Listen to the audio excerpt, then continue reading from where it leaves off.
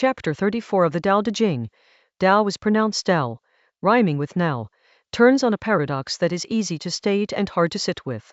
The thing that sustains everything claims nothing, and precisely because it claims nothing, it is everything. The original text, in Mandarin Chinese, Da Dao Fan Zai, Kai Ki Zhu Yu, Wan Wu Shi Zai Air Sheng Air Bu Sai, Gōng Sheng Bu Ming Yu, Yǎng Wan Wu Air Bu Wei Yi Shu Cham Wu Yu, He Ming Yu Xiǎo, Wan Wu Yan, Air Bu Wei Yi Shu, He Ming Wei Da, Yi Kai Zhan Bu Zai Wei Da, Gunain Sheng Kai Da. In English, the great Tao floods everywhere, flowing left and right. All things depend on it for life, and it turns none of them away. When its work is done, it takes no credit. It clothes and nourishes all things, yet does not act as their master. Always without desire, it can be called small. All things return to it, yet it does not act as their master. It can be called great, because it never considers itself great. It is able to achieve its greatness. The passage opens with an image of flooding, not a trickle or a current with one direction.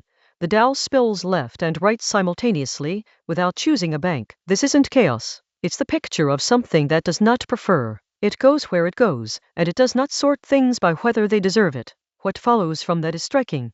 All things depend on the Tao to live, and the Tao never refuses them. It doesn't ask for qualifications. It doesn't present a bill. Laozi, Lao Diza, says that when its work is done, it doesn't claim ownership of what was accomplished. The work happens. The credit is left on the table. Then comes the line about clothing and nourishing all things without acting as master. This is different from generosity as we typically think of it. Generosity still involves a giver who knows they are giving, who might expect gratitude or at least acknowledgement. What Laozi is describing is something prior to that dynamic. The Tao provides without establishing itself as provider. This is why he says, it can be called small. In a world where greatness is usually announced, something that announces nothing looks like nothing. It can be named among the small things. But then, all things return to it. Everything comes back. Not because the Tao called them back, not because it imposed a gravitational claim on them, but because that is simply where things tend, and because it does not, even then,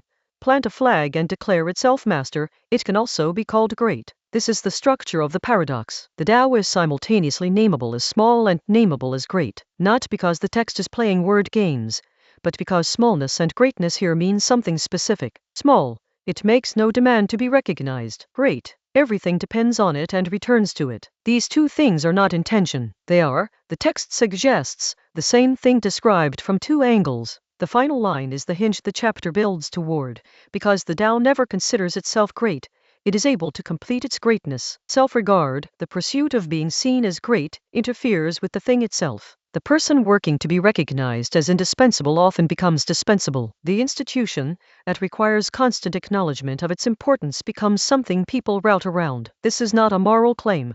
Laozi is not scolding anyone for wanting credit. He is making an observation about a pattern in how things work. When a river doesn't insist on being the river, the valley fills. When it insists, you get something else entirely. A concrete way to see this.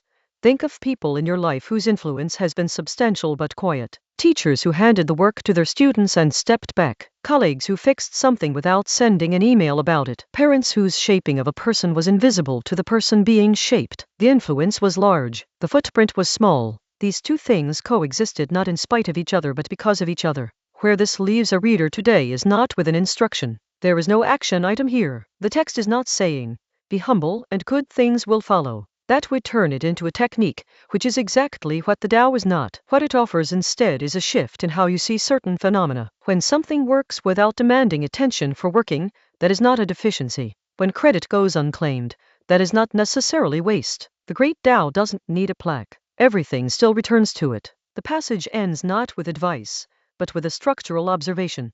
The final incapacity for self-aggrandizement is exactly what allows the Tao to be what it is. Whether that is a comfort or a provocation depends on where you're standing when you read it. The next chapter is 35.